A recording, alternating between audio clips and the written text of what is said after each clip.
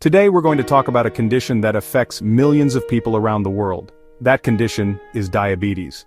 You might have heard this word before. Maybe a family member or a friend lives with it.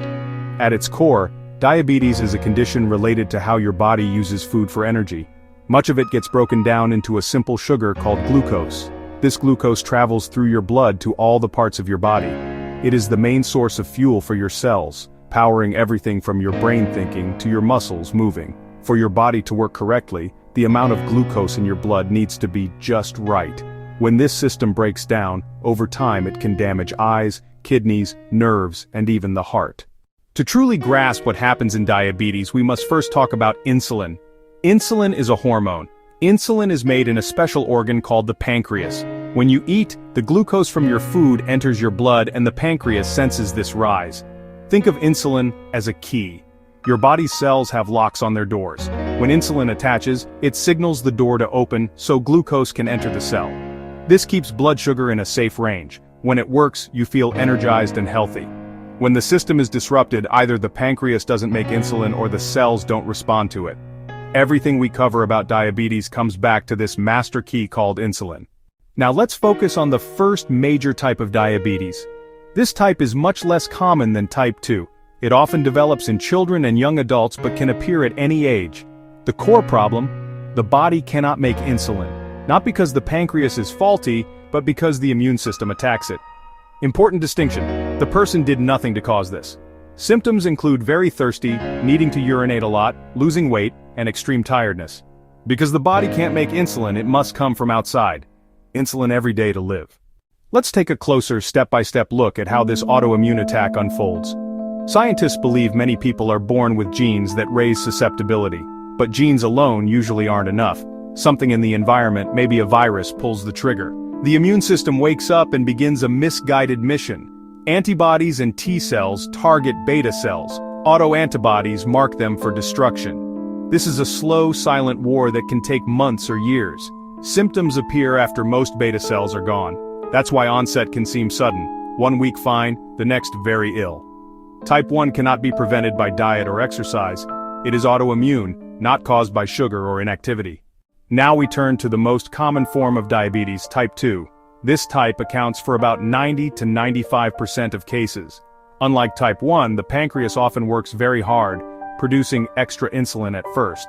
The problem is the cells. Their locks become rusty or sticky and don't respond to insulin. This is called insulin resistance. The pancreas compensates for years by making more insulin, but it can't do that forever. Over time, beta cells become exhausted and insulin output falls.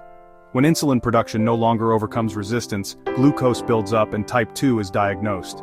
Type 2 develops slowly over years and is strongly linked to lifestyle and genetics. So what causes insulin resistance? The hallmark of type 2 diabetes. A major factor is excess body weight, especially fat around the abdomen. Visceral fat releases inflammatory chemicals and fatty acids into the bloodstream that interfere with insulin. It's like static on the communication line between insulin and the cells. Excess weight, insulin resistance, higher insulin, more fat storage, worsening resistance. Active muscles use more glucose and exercise makes cells more sensitive to insulin. Diet matters. Processed foods, sugary drinks, and unhealthy fats increase weight and inflammation. Small changes, more fiber, whole grains, fruits and vegetables, improve insulin sensitivity. When we talk causes, you can't ignore genetics. Your genes are the instruction manual you inherit. The role of genes differs between type 1 and type 2. Type 1, specific genes increase susceptibility, but a trigger is usually needed. Type 2, many genes add small amounts of risk that together can be powerful. Genes load the gun, lifestyle often pulls the trigger. Knowing family history helps you act early. While we cannot change our genes, we have tremendous power over our lifestyle. Diet, movement, weight management. Choose vegetables, choose fruits, lean proteins. Whole grains and fiber help stabilize blood sugar and keep you full.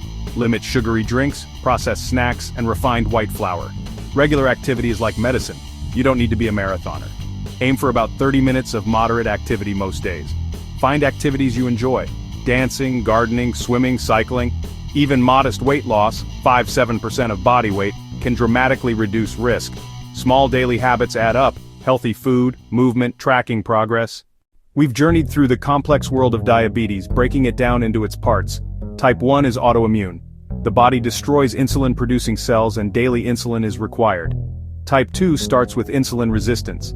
Genetics and lifestyle combine to determine risk. Understanding these differences helps remove blame and misinformation. Ask your doctor questions and use reputable sources like CDC, WHO, or ADA for information. Whether preventing type 2, managing a diagnosis, or supporting a loved one, knowledge is key. Knowledge is power. Subscribe for more diabetes facts.